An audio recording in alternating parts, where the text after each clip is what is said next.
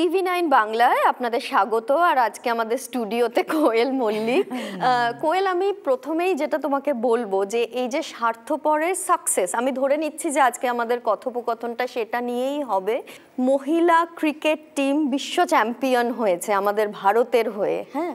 তো তোমারও যে এই স্বার্থপরের সাকসেসটা, সেটার মনোলগটা তুমি বলো। এটা তো শুধুমাত্র একটা ছবির সাকসেস না, তার সাথে অনেক কিছুর সাকসেস। এই যে একটা নারী কেন্দ্রিক ছবিকে সাকসেসফুল করতে হলে তার সাথে অনেক লড়াই জড়িয়ে থাকে। তো তুমি এই সাকসেসটাকে কার কার সাকসেস হিসেবে দেখছো আজকে? আমি সাকসেসটাকে আমার মনে হয় সমাজের একটা সাকসেসের জায়গা থেকে আমি দেখি। আমার মনে হয় বাড়িটাকে ঘর মহিলারাই তৈরি করেন, কারণ তাদের যত্নেই একটা বাড়ি ঘরে ট্রান্সফর্মড হয়। তো সেই জায়গা থেকে দেখলে আমার মনে হয় আমাদের ছবিটাকে সাকসেসফুল করেছে মহিলারা এবং সেই পুরুষরা, যারা জানেন কি করে মহিলাদের রেসপেক্ট দিতে হয়, কিভাবে তাদের। কারণ আমার মনে হয় ভাস্বতী, যদি তুমি ভালোবাসার কথা বলো, ভালোবাসার সব থেকে ইম্পর্টেন্ট কথাটা হচ্ছে রেসপেক্ট, সম্মান। এবং সেই জায়গা থেকে দাঁড়িয়ে স্বার্থপরের যেভাবে স্বার্থপর সাকসেসফুল হয়েছে, যেভাবে হাউসফুল শোজ হয়েছে বা প্যাকড হলসে স্বার্থপর এখন 3rd সপ্তাহে আমরা পড়ে গেছি এবং তার মধ্যে এত বেশি লোকে 2বার দেখেছে, 3বার দেখেছে। তো আমার মনে হয় এটাতে সব থেকে বড় একটা বার্তা পৌঁছে যাচ্ছে, যেটা হচ্ছে যে সমাজ এখন একটা জায়গায় চোখ খুলেছে এবং তারা জানেন যে মহিলাদের কিভাবে সম্মানটা দিতে হয়। কারণ এই ছবিটা, যেটা আমি প্রথম থেকেই বলেছিলাম, ছবি রিলিজ করার আগে থেকেই আমি বলেছিলাম যে এটা যদি 100 জনের মধ্যে 2 জনকেও যদি মনে একটা কোনো জায়গায় স্থান পায় স্বার্থপর গল্পটা, বা কোনো একটা জায়গায় যদি মনে দাগ কাটে, তার মানে হচ্ছে আমরা সাকসেসফুল, তার মানে আমরা সার্থক হয়েছি। কারণ এই ছবিটার ক্ষেত্রে একটা খুব ইম্পর্টেন্ট মেসেজ আছে। এটা শুধুমাত্র মনোরঞ্জনের জায়গা নয়, মনোরঞ্জন ছাড়াও যে এই ছবির মধ্যে একটা ইম্পর্টেন্ট বার্তা, সেই বার্তাটা অন্তত মানুষের কাছে গিয়ে পৌঁছেছে। এবং মানুষ যে ঢেলে মানে মন ভরে কাঁদছে, মন ভরে তাদের একটা জায়গায় ছুঁয়েছে ছবিটা, এটাই আমার মনে হয় সব থেকে বড়, মানে আমরা সার্থক হয়েছি এটাতে। যদি ছবিটাকে আমি একটু অ্যানালিসিস করি, দেখো অনেকগুলো মিথ এই ছবিটা ডেফিনেটলি ভাঙছে। বিশেষ করে একজন মহিলা পরিচালক, যাকে এর আগে আমরা বড় পর্দায় ছবি বানাতে দেখিনি, সে যখন তোমার প্রযোজনা সংস্থার দরজা দিয়ে ঢোকে, এটা সম্ভাবনা অনেক বেশি থাকে যে তার চিত্রনাট্যটা রিজেক্ট কেউ একটা করে দেবেন। হ্যাঁ, এটা অনেকবার হয়েছে টলিউডে, সেটা হয়। সেইখানে তার উপরে ট্রাস্ট রাখা এবং তারপরে তোমার এই ছবিটা করা, কারণ তোমার কোনো একটা ছবির অংশ হওয়া মানেই কিন্তু তোমার যে খুব বড় একটা ব্র্যান্ড, কোয়েল মল্লিক একটা ব্র্যান্ড, তার সঙ্গে রঞ্জিত মল্লিক আছেন, সেই ব্র্যান্ডটাকে একটা বিনিয়োগ হিসেবে এই ছবিটাতে নিয়ে আসা। এই যে সমস্ত দিকগুলো আছে, সেইটার পরেও এই যে সিলেকশনটা, তোমার কি সত্যি কোথাও মনে হয়েছিল যে এটাকে একটা মিথ ব্রেকার হিসেবে তুমি আনতে চাও? একটা দেখো, মহিলা ডিরেক্টরদের যে আলাদা করে সেটা হয়, আমি ঠিক জানি না, সেটা হয়তো হয় না, সেই দিক থেকে হয়তো আমি এই কথাটা বলবো না। কিন্তু যেটা হয় সেটা ডেফিনেটলি একটা জায়গায় মহিলা ডিরেক্টরদের ক্ষেত্রে বা পুরুষদের ক্ষেত্রেও হয়তো একই রকম হয়। সেটা হচ্ছে কোনো ছবির যখন একটু কোর্টরুম ড্রামার দিকে যায়, তখন না একটা প্রবণতা থাকে একজনকে ঠিক দেখানো আর একজনকে ভুল দেখানো। সেটা একটা বেসিক প্রবণতার মধ্যে থেকেই আসে। সেটা ডিরেক্টর তার নিজস্ব একটা ডিরেকশনের মাধ্যমেও সেটা হয়তো বলছে না, কিন্তু বোঝা যায় যে একজনের ওপরেই আমরা একটু পাল্লাটা ভারী রাখছি। বা স্ক্রিপ্ট রাইটারের ক্ষেত্রে সদীপ, যে ভীষণ ভালো আমাদের স্টোরি এবং স্ক্রিপ্ট লিখেছে, তো তার ক্ষেত্রেও একটা হয় যে কারুর একটা পাল্লা ভারী, যে এর অনেক কথা বলার আছে, অন্য মানুষটার কথা বলার জায়গা নেই। কিন্তু তুমি যদি অ্যাকচুয়ালি তুমি ভাবো, আমাদের জীবনটা তো তেমন হয় না। আমাদের জীবনে কিন্তু প্রত্যেকটা জায়গাতেই প্রত্যেকের দৃষ্টিভঙ্গি থেকে অনেক রকম কথা বলার আছে। এই সিনেমার ক্ষেত্রে যেটা হয়েছিল সেটা হচ্ছে সম্পর্ক, এটা না শুধু ভাই বোনের সম্পর্ক নয়, এটা হচ্ছে সম্পর্কের গল্প, যেখানে হচ্ছে যে শুধু তুমি তোমার নিজেদের সমস্যা, নিজেদের কথাগুলো সবটাই এত ম্যাগনিফাইং গ্লাস দিয়ে দেখো না। তুমি অন্য মানুষটার কথা একটু চিন্তা করো, একটু ভাবো, একটু কনসিডার করো। তো ভাবলেই তো মানুষ কনসিডার করতে থাকে না। তো ওই জায়গা থেকে দাঁড়িয়ে আমার মনে হয় অন্নপূর্ণা এবং সদীপ দুজনেই এত অনেস্ট। আমি প্রথম থেকে বলেছি এই ছবিটার মধ্যে সততা আছে, কারণ কৌশিকদার কথাগুলো শুনলে বা আমার দাভাইয়ের কথাগুলো শুনলে তখন মনে হবে যে তার সমস্যাগুলো একদম সঠিক, একদম প্র্যাকটিক্যাল। এবং আবার বোনের সমস্যাগুলোর কথা শুনলে তারও মনে হবে তখনও অডিয়েন্স কিন্তু পরিষ্কারভাবে তারা কিন্তু জাজের আসনে বসে আছে, দর্শক কিন্তু আমাদের জাজের আসনে বসে আছে, তারা দেখতে পাচ্ছে কৌশিকদার পুরো গল্পটা, তারা দেখতে পাচ্ছে আমার পুরো গল্পটা। তো ভাই বোনের পুরো গল্পটা তারা দেখতে পাচ্ছে এবং তারা বুঝতে পারছে যে না, বোন বোনের জায়গা ঠিক, দাদা দাদার জায়গা ঠিক। আর এটাই হচ্ছে বাস্তবের মূল মন্ত্র, যে কেউ সবসময় যে একজন একদম ভুল আর আরেকজন একদম ঠিক সেটা নয়।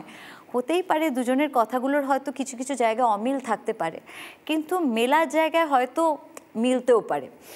তো তাই জন্য আমার মনে হচ্ছিল Annapurna, coming back to the question, ভীষণ সততা দিয়ে একটা ছবি বানিয়েছে যার মধ্যে কোনো স্ট্র্যাটেজি ছিল না, তার মধ্যে কোনো এরম ছিল না যে এইটা হলে অডিয়েন্সের চোখে জল আসবে, এইটা হলে এটা একটু তাদের একটু মনোরঞ্জনের জায়গা, এইটা হলে ওইটা একটা অন্য ব্যাপার, সেই রকম না। ওই পয়েন্ট, আমার মনে হয় তুমি যদি একটা ছবি যদি সততা দিয়ে বানাও, সেই ছবিটার না এফেক্ট অনেক দিন বেশি থাকে। আর এই ছবির ক্ষেত্রেও তেমনই আমার মনে হয় যে এইটা বাংলা সিনেমার মধ্যে এই ছবিটা অনেক দিন ধরে ভীষণই একটা গুরুত্বপূর্ণ ছবি হিসেবে থেকে যাবে। Forget about my career only, শুধু আমার ক্যারিয়ারের কথা আমি বলছি না, আমি বলছি বাংলা সিনেমার ক্ষেত্রে আমার মনে হয় এই গল্পটা, এই স্টোরিটা একটা এত ইম্পর্টেন্ট একটা আঙুল তুলেছে, সেই জায়গা থেকে আমি বলছি যে, আর আমার ভীষণ ভালো লেগেছে ভাস্বতী যে এটা শুধুমাত্র মহিলাদের ছবি নয়, এটা পুরুষদেরও ছবি, এবং সেই কারণেই ছবিটা আজকে সাকসেসফুল। শুধু মহিলারা আসলে হতো না, এই যে ফ্যামিলির পর ফ্যামিলি সবাই সপরিবারে গিয়ে সিনেমাটা দেখছে। আর যেটা সব থেকে ভালো লাগছে, আমার যেটা একটা সব থেকে ভালো লাগছে, যে আমরা যখন ছবিটা করার পরে আমরা বুঝতে পেরেছিলাম যে এইটা একটা হয় না যে একটা বয়সের ছবি, তো আমরা ভেবেছিলাম এটা শুধু এই বয়সের ছবি, কিন্তু তারপরে আমরা যখন হল ভিজিটে গেলাম তখন আমরা দেখে কি ভীষণ পজিটিভলি সারপ্রাইজড হলাম যে এই ছবিটা হচ্ছে প্রজন্ম, ছবিটা নতুন প্রজন্ম ফ্রম কলেজ, ফ্রম স্কুল, তারা সবাই গিয়ে সিনেমাটা দেখছে, এবং তারা হয়তো প্রত্যেকটা বয়সের তাদের উপলব্ধি আলাদা, তাদের হয়তো তাদের ফিলিংসের ডেপথটা হয়তো আলাদা হতে পারে। কারণ গতকাল একটা বাচ্চা, সে ক্লাস 5-এ বা ক্লাস 4-5-এ পড়ে, ওরকম দেখে মনে হলো, তার মা বলছে আমি জানি না আমার মেয়েটা কি বুঝলো, কিন্তু সে কিন্তু খুব কেঁদেছে। যখন সেই কথাটাই ভদ্রমহিলা বললেন তখন আমার মনে হলো যে তার মানে হচ্ছে প্রত্যেকটা বয়সে আলাদা আলাদা ভাবে হয়তো ছবিটা ছুঁচ্ছে, মানে ছুঁতে পেরেছে তাদের মনকে। তো সেটাই আমার কাছে আমাদের মনে হয় সব থেকে বড় পাওনা। আর আমি দেখেছি একটা হল ভিজিটে তোমাকে সবাই বলছে কেন রঞ্জিত মল্লিককে নিয়ে আসেনি, উনি হচ্ছেন আসল লোক। এই যে আসল লোক, যেটাকে এখন আমরা বলি ওজি, হ্যাঁ, রঞ্জিত মল্লিক কিভাবে ওজি, এইটা তুমি আমাকে একটু বলো। দেখো, আমার মনে হয় যে জি.কে. লাহার ক্যারেক্টারটা, প্রত্যেক অভিনেতাকে রেসপেক্ট জানিয়ে কথাটা বলছি, কারণ এক একটা ক্যারেক্টার্স এক একজনের মতন করে সব থেকে বেশি ভালো লাগে ভাবতে। যখন থেকে আমরা এই ড্রাফটটা, আমরা এই গল্পের অনেক রকমভাবে ড্রাফটস চেঞ্জড হচ্ছিল, করতে করতে করতে করতে শেষ মুহূর্তে গিয়ে যখন ওইটা হলো, তখন আমরা যখনই জি.কে. লাহা হচ্ছিল তখনই একটা ভিজুয়ালাইজেশন হয় না, তখন সবসময় আমরা সবাই মিলে এটাই ভাবছিলাম যে বাবা। তারপরে আমি ভাবলাম আমরা তো ভেবে ফেলছি বাবা, যদি বাবা বলেন যে আমি করব না, কারণ জি.কে. লাহার একটা যে গাম্ভীর্য বা যেরকম খামখেয়ালিপনা বা এমন একটা চরিত্র, যেটা আমার মনে হয় যে বাস্তবকালে খুব কঠিন পাওয়া, যে মানুষটা মিথ্যে কথা বলবে না, মিথ্যে কথা বললে কেস হারবে তো হারবে, কিন্তু সে মিথ্যে কথা বলবে না। তো সেই জায়গা থেকে দাঁড়িয়ে আমার মনে হচ্ছিল জি.কে. লাহার ক্যারেক্টারটা প্রচণ্ড একটা ইম্পর্টেন্ট ক্যারেক্টার, যার কথাবার্তার মধ্যে এতটাই ওয়েট ক্যারি করবে যে প্রত্যেকটা কথা একটা স্টেটমেন্ট হবে। কথা শুধু ডায়লগ নয়, কারণ ডায়লগ তো স্ক্রিপ্ট রাইটার যেরকম বলেন, কিন্তু একটা কথাকে স্টেটমেন্ট বানানোর দায়িত্ব কিন্তু অ্যাক্টরদের হাতে। এবং সেই জায়গা থেকে দাঁড়িয়ে আমার মনে হয় যে মানে হি টুক দ্য ক্রিম অ্যাওয়ে, মানে যেটাকে বলে যে একদম এমন বাউন্ডারির বাইরে খেলে দিয়েছে যে সেটাই সব থেকে ইম্পর্টেন্ট জায়গা, যেটা কোর্টরুম। যারা দেখেছেন তারা বুঝতেই পাচ্ছেন কি নিয়ে কথা বলছি, এবং যারা দেখেননি সেটা স্পয়লারটা দেবো না এখন থেকেই। কিন্তু হ্যাঁ, সেটা আমার মনে হয় যে বাবা যখন বলেছিলেন তখন আমি হুইসেল দিতে পারি না, আমি ভীষণ উই উই করার একটা ইচ্ছে হয়েছিল যে বাবা রাজি হলেন ছবিটা করতে। এই যে বাবাকে কোনো একটা ছবিতে রাজি করাতে হবে বা কিছু একটা আবদার করে সেইটাতে সাকসেসফুল হতে হবে, এদিন সকালে তোমার কায়দাগুলো কি একটু আমাদের না গো, দেখো একটা জায়গায় না, যেটা বাবার একটা জিনিস বাবা মেনটেন করেছেন বলেই হয়তো সেই জিনিসটা আমার মধ্যেও স্বাভাবিকভাবে এসে গেছে। সেটা হচ্ছে বাবা না কখনো আজ পর্যন্ত কোনো ব্যাপারে আমাকে জোর করেননি, কোনো কিছুর ব্যাপারে, মানে শুধু প্রফেশনাল ব্যাপার নয়, সেটা আমার পার্সোনাল লাইফের ক্ষেত্রেও। বাবা আমাকে সবসময় বলেছেন এটা হলে এটা হবে, ওটা হলে ওটা হবে, এবার তুমি বুঝে নাও। কিন্তু বাবা কখনো বলেননি এটা করতেই হবে, কেন করছিস না, তোকে যেতেই হবে বা করতেই হবে, এই জিনিসগুলো বাবা কখনো করেননি। তো সেই জিনিসটা আমার মনে হয় আমি ছোটো বয়স থেকে যেহেতু বাবাকে আইডালাইজ করেই বড় হয়েছি, তাই জন্য আমার মধ্যেও ওই জিনিসটাই আছে। তো আমি অ্যাজ আ প্রফেশনাল আমি কখনোই বাবাকে জোর করে বলবো যে বাবা তোমাকে এটা করতেই হবে, না করলে হবে না, সেটা করা উচিত না, আর আমি করিও নি সেটা। তো তাই জন্য আমি যেটা করেছিলাম সেটা আমি শুধু বলেছিলাম বাবা আমাদের টিম মনে করছে জিকে লাহা তুমি ছাড়া হবে না, তুমি একবার প্লিজ একটু দেখো স্ক্রিপ্টটা। তো তারপরে বাবা স্ক্রিপ্টটা দেখলেন, বাবার ভীষণ ভালো লাগলো স্ক্রিপ্টটা, ঠিক যেভাবে আমরাও ভীষণ ভালো লেগেছিল। কিন্তু আমরা যেহেতু একদম ড্রাফট 1 থেকে আমরা জানি, বাবা একদম ফাইনাল ড্রাফটে গিয়ে বাবা শুনেছিলেন। তারপরে বাবার ভীষণ ভালো লেগেছিল এবং ফাইনালি বাবা রাজি হলেন। খুব যে কঠিন হয়েছে আমাদের তেমন নয়, রাজি করতে কঠিন হওয়ার ব্যাপারও ছিল না, কারণ ক্যারেক্টারটাই এত ব্রাইট একটা ক্যারেক্টার, তো তাই জন্য খুব তাড়াতাড়ি রাজি হয়ে গেছিলেন। এই যে স্পেস দেওয়ার ব্যাপারটা যেটা তোমাদের দুটো প্রজন্মের মধ্যে আছে, তুমি যখন এটা তোমার ছেলে মেয়েদের প্রজন্মে শিফট করে যাও তখন এইটাকে তুমি কিভাবে এখন অ্যাপ্লাই করো আমাকে একটু বলো। আমার মনে হয় দেখো অনেক কিছু বাবা মায়ের কাছ থেকে শিখেছি, বড় করার ক্ষেত্রে অনেক কিছু বাবা মায়ের কাছ থেকে শিখেছি, যেরকম সম্পূর্ণভাবে জীবন দর্শনটা যেটাকে বলে ভ্যালিউ সিস্টেম বা মোরালিটির জায়গা বা এথিক্সের কয়েকটা জায়গা, সেই জায়গাটা যেরকম মানে বাবা মা ছোটো বয়স থেকে যেভাবে আমাকে প্রত্যেকটা কথায় কথায় আলাদা করে বোঝানো যে জীবনটা এরকম, পৃথিবী এরকম, শুধু নিজের দিকটা ভাবলে হবে না, সেই যে কিছু কিছু কথা বা আমার মনে হয় সেগুলো কিছু কিছু জিনিসই করতে করতে সেটা আমার মনে হয় ভীষণ গুরুত্বপূর্ণ ব্যাপারটা। কারণ মা বাবারা যতই কাজে ব্যস্ত থাকুক না কেন, কিন্তু আমার মনে হয় সন্তানদের ওই জিনিসগুলো দেখাতে দেখাতে যদি বড় করা হয়, তাহলে যে এমপ্যাথি বলে, যে অন্য মানুষের কথা একটু চিন্তা করা বা একটু হয়তো ভাবা, সেই জিনিসটা হয়তো অনেক তাড়াতাড়ি হয়। সেটা বড় হয়ে গেল, 18 বছর বয়স হয়ে গেল, তারপরে শোনো আমার তোমাকে কিছু কথা বলতে হবে, সেটা বললে হবে না। আর মা বাবারা শুধু বললে হয় না, মা বাবাদের দেখেই তো সন্তান শেখে, তো ওই জিনিসটা সেটা নিজেকেও এক্সিকিউট এবং সেটা নিজেকেও ফলো করতে হয়। তো তাই জন্য সেই জায়গা থেকে দাঁড়িয়ে আমার মনে হয় ধরো মা আমি আমার কাজের মধ্যে যতই ব্যস্ত থাকি না কেন, মা যেরকম ফোন করে বলেন যে ওকে উইশ কর তার জন্মদিন, তাকে উইশ কর তার গৃহপ্রবেশ, একে উইশ কর তার মানে এরকম। আবার আরেকজনকে ধরো আমি ভীষণ একটা সিরিয়াস ডায়লগ করছি, মুখস্থ করছি, তখন মা ফোন করে বললেন যে অমুককে ফোন কর, তার শরীর ঠিক নেই, জিজ্ঞেস কর কেমন আছেন। তো এই জিনিসগুলো করতে করতে আমার মনে হয় একটা ভেতরে একটা রেসপন্সিবিলিটি কাজ করে যে আমি কাজের জায়গায় কাজ তো আছেই, কিন্তু আমার পার্সোনাল লাইফটাও ভীষণ মানে এটা পুরোটাই মায়ের কৃতিত্ব যে মা ভীষণ সবাইকার সঙ্গে সেই ওই বন্ডিংটা মা তৈরি করতে পেরেছেন। মানে আমার মা আমাকে বলেছেন এদেরকে ফোন করো, ওদেরকে ফোন করো, যতই আমি ব্যস্ততার মধ্যে থাকি না কেন। তো সেটা কিন্তু ভীষণ ইম্পর্টেন্ট, শুধু to keep the bonding alive, কারণ সবটাই তো একদিক থেকে হয় না, সব দিক থেকে হতে হয়, তাহলেই একটা সম্পর্কর জায়গা টিকে থাকে। তো সেই জায়গা এবং সেই জিনিসগুলোই আমি আমার মেয়ে খুব ছোট, এত ছোট বয়স থেকে এখন কিছুই বলার ব্যাপার নেই, মেয়ে শুধু দুষ্টুমি করতে জানে, এখন আর কিচ্ছু জানে না। ছেলেটাও যথেষ্ট দুষ্টু আর ভীষণ ফাজিল, কিছু একটা বদমাইশি করলে ভীষণ এরকম করে তাকায়, একটা ভীষণ ফাজিল হয়েছে। কিন্তু যেগুলো বলার ব্যাপার সেগুলো আমাকে তো বলতেই হয়, যে একটা অন্যদিকে তাকিয়ে কেউ যদি কোনো কথা বলে তাহলে না তাকিয়ে উত্তর দেওয়াটা আমার ভীষণ মনে হয় ল্যাক অফ ম্যানার্স আমার মনে হয়।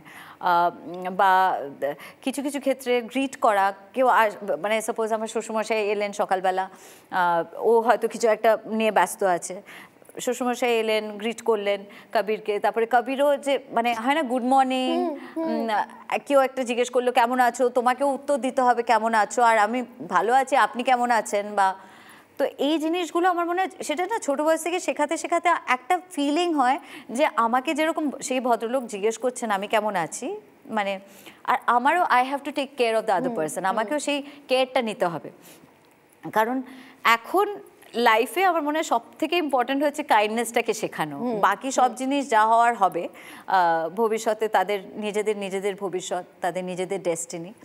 কিন্তু মা বাবার ক্ষেত্রে আমার মনে হয় ওইটা ভীষণ দরকার, ছেলে মেয়েকে শেখানো কাইন্ডনেসের জায়গাটা, কারণ ওর নেক্সট জেনারেশন পৃথিবীর ফিউচার, তো তাই পৃথিবীর ভবিষ্যৎ যেখানে, তো সেখানে সেই জায়গাটা, সেই কেয়ারটা আমাদেরও নিতে হবে।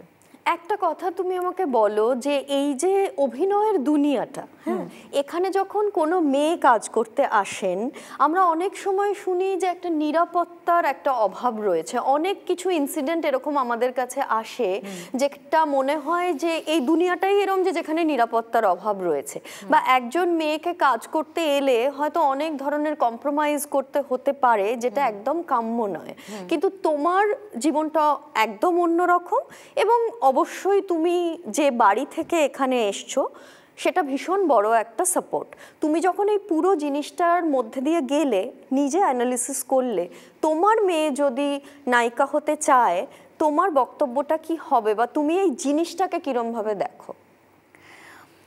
দেখো, সেফটির জায়গাটা শুধু আমাদের প্রফেশনের ক্ষেত্রে নয়, সেফটির জায়গাটা তো সব প্রফেশনেই একই রকমভাবে আছে মহিলাদের ক্ষেত্রে। আমাদের প্রফেশনটা যেহেতু সবাইকার একদম চোখের সামনে এবং একটা এন্টারটেনমেন্টের জগৎ, তো তাই জন্য অবভিয়াসলি সবাই সব জিনিসটা খুব তাড়াতাড়ি জানতে পেরে যায়, যেটা হয়তো কর্পোরেট ওয়ার্ল্ড বা এদিক ওদিক বাসে ট্রামে অনেক কিছু আমরা গল্প শুনতে থাকি অনেক বিভিন্ন জায়গায় কর্মক্ষেত্রে, সেগুলো হয়তো চোখে পড়ে না। দেখো নিজের সেফটি তো নিজের হাতে, আর নিজের ডিগনিটিটাও নিজের হাতে। খুব যদি কারোর একটা অ্যাক্সিডেন্টালি কোনো কিছু ভুল জিনিস হয়, তাহলে তো অবভিয়াসলি সেটা তো আনফর্চুনেট ব্যাপার, তাছাড়া তো কিছু বলার নেই সেই ব্যাপারে। কিন্তু আমার মনে হয় যে প্রত্যেকটা মহিলার একটা সিক্স সেন্স থাকে, সেই সিক্স সেন্সটা কে তুমি কতটা, মানে আমি যেটা সবসময় বলে থাকি এবং এটা আমি বিশ্বাস করি, যে আমি আমার সিক্স সেন্সটাকে ভীষণ মেনে চলি, এবং সেই সিক্স সেন্সটা কখনো ভুল বলে না। সেই তার ভেতরে যে ইনার ভয়েস যেটাকে বলে, সেটা যদি আমি শোনা বন্ধ করে দিই, তাহলে আমার ইনার ভয়েসটা আর কথা বলাটাও বন্ধ করে দেবে, সেও আমাকে বলবে না যে কোনটা ঠিক কোনটা ভুল। তো আমার মনে হয় সেই একটা গাট ফিলিং বলে, বা তুমি বলো সিক্স সেন্স বলো, বা একটা ইনটিউশন বলো, বা একটা ইনটিউটিভ ফিলিং যেটাকে বলে সেইটা বলো। তো সেই ক্ষেত্রে একই রকমভাবে আমি আমার বাবা যেরকম একটা বয়সের পরে, বাবা মা দুজনে বলে, মানে আমি অ্যাকচুয়ালি মায়ের সঙ্গেও ক্লোজ, আমার বাবার সঙ্গেও একটা বয়সের পর থেকে আমি বাবাকে আমার বন্ধু হিসেবে দেখেছি। সেটা আমার মনে হয় সেটা খুব জরুরি, কারণ তাহলেই তুমি তোমার লাইফে কি হচ্ছে বা তোমার জীবনে কি হচ্ছে সেই সব জিনিসগুলো তুমি তোমার ছেলেমেয়ের সঙ্গে শেয়ার করতে পারবে। কারণ যে বয়সটা, আর এখন বাচ্চারা খুব তাড়াতাড়ি বড় হচ্ছে, যেটা হয়তো আমরা 14-15 বছর বয়সে জেনেছি, সেটা এখনকার বাচ্চারা খুব তাড়াতাড়ি জানে, কারণ তারা open to video, social media, everything. তো সেই জায়গা থেকে দাঁড়িয়ে একটা বয়সের পর থেকে আমার মনে হয় ভীষণ মনের কথাগুলোকে শেয়ার করা উচিত। আর একটা ভীষণ স্ট্রিক্ট, মানে আমার মা ভীষণ স্ট্রিক্ট, আমি মায়ের সামনে গিয়ে কোনো কথা বলবো না, ওটা যদি হয় তাহলে কিন্তু একটু মুশকিলের জায়গা। আর এটাও আবার যে ছোট বয়স থেকেই আমি ওর বন্ধু হয়ে গেলাম, আমি ওকে কিছু শাসন করব না, সেটাও হয় না। কারণ মা যদি শাসন না করে আর করবেটাকে? আমি ডেফিনেটলি চাইবো না যে আমার মানে হয় না যে আমি ডেফিনেটলি চাইবো ভালো ম্যানার্স, ভালো ব্যবহার, যেটা একটা মানুষের বেসিক মানে পরিচয় দেয়, সেই জিনিসগুলো আমার মনে হয় খুব ইম্পর্টেন্ট। সেটা হয়তো মানে হয়তো কুল না হলেও, but I feel this is what should be. তো তাই জন্য সেই জায়গা থেকে দাঁড়িয়ে আমি আমার ছেলে মেয়েকে দুজনকেই একই রকমভাবে শিক্ষা দেওয়ার চেষ্টা করব। আর যদিও কোনোদিন নায়িকা হতে চায় তাহলে তুমি খুশি হবে তো? অফকোর্স, আমার বাবা যেরকম, কেন নয়, অফকোর্স, অ্যাবসলিউটলি। যদি নায়িকা হতে চায়, এটা একটা বড় রেসপন্সিবিলিটির জায়গা, একটা বড় কমিটমেন্টের জায়গা। কারণ আমাদের report card out in public, মানে সাকসেসেও আউট ইন পাবলিক আর ফেলিয়ারটাও আউট ইন পাবলিক, সবটাই আউট ইন পাবলিক। এটা ওই চার দেওয়ালের মধ্যে নেই যে দিদি আপনার মার্কস একটু কম পেয়েছেন, দিদি একটু মার্কস আপনি বেশি পেয়েছেন, কোনো কিছু নয়, সবটাই আউট ইন পাবলিক। তো সেটা দেখো, নিজের একটা নিষ্ঠা থাকা দরকার, একটা প্রচণ্ড কমিটমেন্ট থাকা দরকার, যেটা আমার মনে হয়। তো সেই জায়গা থেকে দাঁড়িয়ে আমার, যেহেতু আমি আমার লাইফটা, আই ফিল আই এম ভীষণ ভীষণ ব্লেসড। এরকম একটা ইন্ডাস্ট্রিতে আমি স্থান পেয়েছি যেখানে এত এত মানুষের ঘরের মেয়ে হয়ে গেছি আমি। এত এত মানুষ, আমি যাই যখন হল ভিজিটে, তখন তারা আমার দিকে তাকিয়ে থাকেন এবং যেই ফিলিংটা দেন, সেই ফিলিংটা দেখে আমার মনে হয় যে তারা আমাকে কত বছর ধরে আমাকে চেনেন, মানে একদম আপন একটা কাছের মানুষের মতন করে চেনেন। সেই ফিলিংটার থেকে বড় ফিলিংটা তো হয় না। তো তাই জন্য ডেফিনেটলি ওর যদি ওই এটাতে যদি ইন্টারেস্ট থাকে, তো অবশ্যই যদি ইন্টারেস্ট থাকে তাহলে তো নিশ্চয়ই। আমারটা যদি আমার ইন্টারেস্টের ব্যাপারটা ছিল না, আমার তো জাস্ট বাই চান্স হয়ে গেছে। আমার ব্যাপারটা প্রভাতদা যখন বলেছিলেন, তখন আমি যাই না, হায়ার কোনো একটা কলেজ নয়, আমি তখন স্কুলে পড়ি। আর আমার মা বাবা বলেননি, কারণ যে কোনো বাঙালি পরিবারের মতো মা বাবা চেয়েছিলেন যে যদি সিনেমার ভূত ঢোকে মাথার মধ্যে তাহলে পড়াশোনা করবে না। তো তাই জন্য তখন আমাকে বলাও হয়নি। তারপরে কলেজ লাইফে গিয়ে যখন অফারটা এসেছিল, তখনই আমি ভেবেছিলাম যে বাবা একটা লম্বা লেকচার দিয়েছিলেন, আর লেকচারের গল্পটা বলবো না, সবাই জানে নিশ্চয়ই। হ্যাঁ হ্যাঁ, তুমি আমায় বলো, এই যে তুমি বলছিলে না যে রেজাল্ট আউটের ব্যাপারটা, স্বার্থপরের পরে সবার বক্তব্য হচ্ছে কোয়েল মল্লিক এটাতে এত ভালো পারফর্ম করেছে। এটা সত্যি, তুমি এত ভালো পারফর্ম করেছো এই ছবিটাতে, এত ভালো অভিনেত্রী হিসেবে পারফর্ম করেছো। এরকম পারফরমেন্সের ছবি তুমি এত কম করলে কেন? সত্যি তোমার কাছে আসেনি? আমি দেখো, আমি যদি একটা ছবি করবার জন্য আমি করি না ছবি, হ্যাঁ, আমার ক্যারিয়ারের তুমি যদি একদম বিগিনিং থেকে তুমি যদি ধরো, তাহলেও আমার মনে হয় একটা বছর হয়তো ম্যাক্সিমাম 4টে ছবি করেছিলাম, আর বাকি আমার অ্যাভারেজই 2 থেকে 3। মানে একদম ক্যারিয়ারের বিগিনিং থেকে বলছি, কারণ আমি ভীষণ ঘরকুনো মানুষ, আমি ভীষণ ঘর ভালোবাসি, বাড়িতে থাকতে ভালোবাসি, নিজের মতন একটা স্পেসে থাকতে ভালোবাসি। আর পরবর্তীকালে এখন মা হিসেবে আমার দায়িত্ব অনেক বেড়ে গেছে, কারণ মেয়ে হিসেবেও দায়িত্ব যেরকম আছে, মা হিসেবেও আমার অনেক দায়িত্ব। তো তার সঙ্গে অবভিয়াসলি আমার যদি মনে হয় যে আমি এমন একটা ক্যারেক্টার পাচ্ছি যেখানে আমি হয়তো অডিয়েন্স হিসেবে আমি এই ছবিটা দেখতে চাইবো, বা আমি কোথাও একটা মনে দাগ কাটতে পারবো, তাহলে আমি ছবিটা করব। কারণ আমি 22 বছরের ক্যারিয়ারে এত এত ছবি করে ফেলেছি যে নতুন কোনো কন্টেন্ট বা নতুন যদি ক্যারেক্টার্স না পাই, তাহলে আমাকে খুব একটা এক্সাইট করে না। আমার মনে হয় না যে আমি নতুন করে কিছু একটা দিতে পারবো বলে। সেদিক থেকে তাহলে আমারও ভুল হবে, কারণ যে অডিয়েন্স এত আশা নিয়ে আছে, মানে আসছে সিনেমা হলে, এবং তারা একটা সময় ব্যয় করছে, তাদের একটা উপার্জনেরও একটা অংশ তারা সিনেমাতে দিচ্ছেন। তো তাই জন্য সেই মূল্যটা তো আমাকেও রাখতে হবে না, সেটা একটা বেসিক দায়িত্বর মধ্যে পড়ে আমার। কোয়েল জিতের সাথে ছবি কবে করবে, দেবের সাথে ছবি কবে করবে, এটাতে তোমার মাথার মধ্যে যে অঙ্কটা চলে ওটা আমি অনুভব করতে পারি। তোমার থেকে আমি শুনতে চাই ওই অঙ্কটার দেখো কথাটা। আমার তো দেখো জিৎ আর দেবের সঙ্গে আমার মনে হয় ম্যাক্সিমাম ক্যারিয়ারের যতগুলো কমার্শিয়াল ফিল্মস হয়েছে আমার ম্যাক্সিমাম ওদের দুজনের সঙ্গেই হয়েছে, এবং দুজনের সঙ্গে কাজ করতে আমার ভীষণ ভীষণ ভালো লাগে, কারণ প্রত্যেকটা সিনেমা ব্লকবাস্টার অলমোস্ট, এবং তো তাই জন্য সেই জায়গা থেকে দাঁড়িয়ে আমার মনে হয় যদি এখন কোনো সিনেমা করি তাহলে মনে হয় যে এমন একটা সিনেমা করা উচিত যে ছবিটা আগে কখনো আমরা করিনি, বা নতুনভাবে আমরা নিজেদেরও প্রেজেন্ট করতে পারবো দর্শকের কাছে। যেই ধরনের ছবি করে ফেলেছি সেইগুলো রিপিট করার তো কোনো মানে দাঁড়ায় না। ইনফ্যাক্ট আমি চাইবো মানে হয়তো তারা অন্য কারোর সঙ্গে করলে আমার একটু চোখে ফ্রেশ লাগবে, মনে হবে বা ভালো লাগছে। একটা ম্যাচিওরড লাভ স্টোরি তো হতে পারে। তোমার আর জিতের জুটিটা এত ভালো, যখন স্বার্থপরের স্পেশাল স্ক্রিনিং এও জিত এসছে, তোমাদের দুজনের যে ছবিটা ওটা ভাইরাল, দুজনকে পাশাপাশি দাঁড়ালেই এত দেখতে কেন সুন্দর লাগে, এটার কোনো উত্তর আমাদের কাছে নেই, কিন্তু লাগে, এটা সত্যি। Thank you so much. এটা না আমার মনে হয় জিতও বলবে বা দেবও বলবে একই কথা, যে দেখো অভিনেতা হিসেবে বা অভিনেত্রী হিসেবে আমাদের না জুটি বানানোর ব্যাপারটা কিন্তু আমাদের হাতে পড়ে না, মানে পুরোটাই আমরা কাজ করি এবং অডিয়েন্স তাদের নিজেদের মতন করে জুটি বানিয়ে ফেলেন। তো সেই জায়গা থেকে আমি ডেফিনেটলি খুবই ফরচুনেট যে দুজনের সঙ্গে একটা খুব স্ট্রং পেয়ারিং তৈরি হয়েছে এবং এত বড় বড় হিট হয়েছে। আর কি বলবো বলো। তুমি সামনের কয়েক বছর কেরিয়ারটাকে কিরমভাবে সাজাতে চাও? কারণ তুমি প্রযোজক হিসেবেও কাজ করো, আর খুব ইন্টারেস্টিং স্ক্রিপ্ট এলে তখন তুমি অভিনয় করো।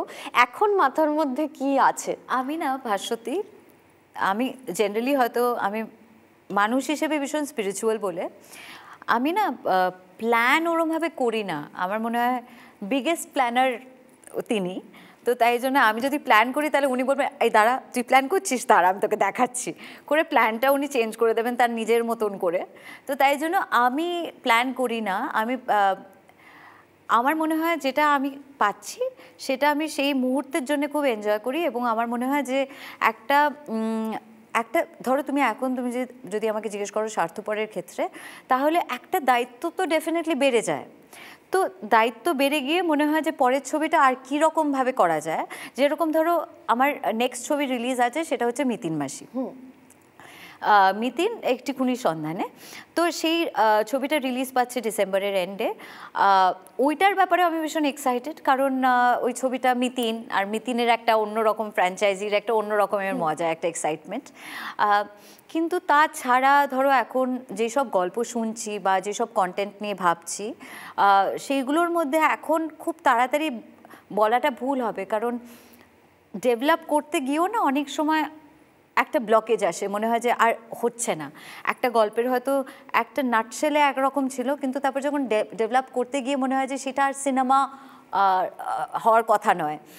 তো তাই জন্য আমি এখনো পর্যন্ত না প্ল্যান করে উঠিনি যে এখন এর পরবর্তী স্টেপ আমি কি নেব, কারণ আমি প্ল্যান করি না। আমার মনে হয় যে আমার নকশাতে যেটা লেখা আছে সেটাই হবে।